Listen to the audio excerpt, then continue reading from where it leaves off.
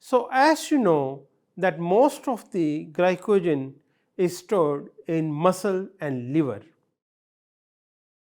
Of course, some small amount is also present in other cells, but mainly it is present in the liver and the muscles. Of course, I mean when it comes to liver provides you the most of the amount of glucose from the glycogen when your body needs glucose, while and from the liver the glucose which you get from the glycogen, it comes into the blood and is provided to the different parts of the body. In this way, liver maintains a steady amount of glucose even in very what we say the fasting conditions. As you know, the glycogen is stored mostly in liver and also in the skeletal muscles.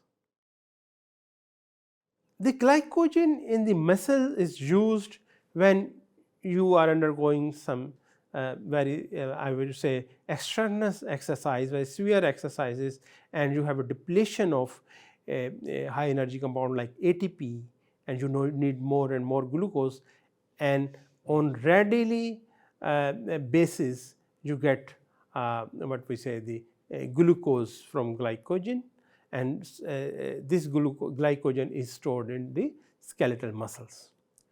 In addition to it, there is also, as I have already told you, glycogen which is stored into your liver, and liver in this way maintain a steady flow of glucose through glycogen, especially when your body is under fasting conditions.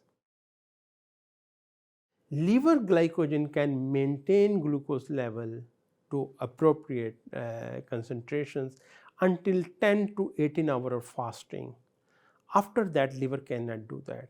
So, that is why we say when fasting is little bit prolonged, that is the time when you need gluconeogenesis in order to fulfill this deficiency of glucose. Then very important is to know what are the concentrations or amounts of glycogen in liver and in skeletal muscles. Around 1 to 2% of the muscles and 10% of the liver is contained by the glycogen. So, in other words, approximately 400 gram in muscles and 100 grams in liver is contributed by glycogen. So, but keep in mind that most of the glycogen in the body is found in the skeletal muscles, although they contributed towards 1 to 2% of the weight as compared to 10% by the liver.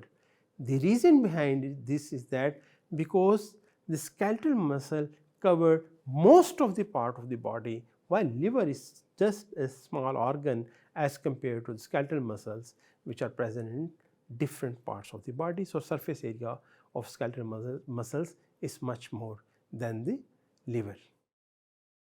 Another important aspect of glycogen is its structure, that not only it makes a linear structures by what we say is the major unit of glycogen, of course, is glucose, and that glucose is alpha D glucose. So, alpha D glucose monomers attach with each other through alpha 1,4 linkage, that is shown over here, that when they are linearly arranged, the linkage is alpha 1,4, that is the carbon atom number 1 of one glucose monomer is linked with the carbon atom number 4 of the other monomer through the glycosidic linkage.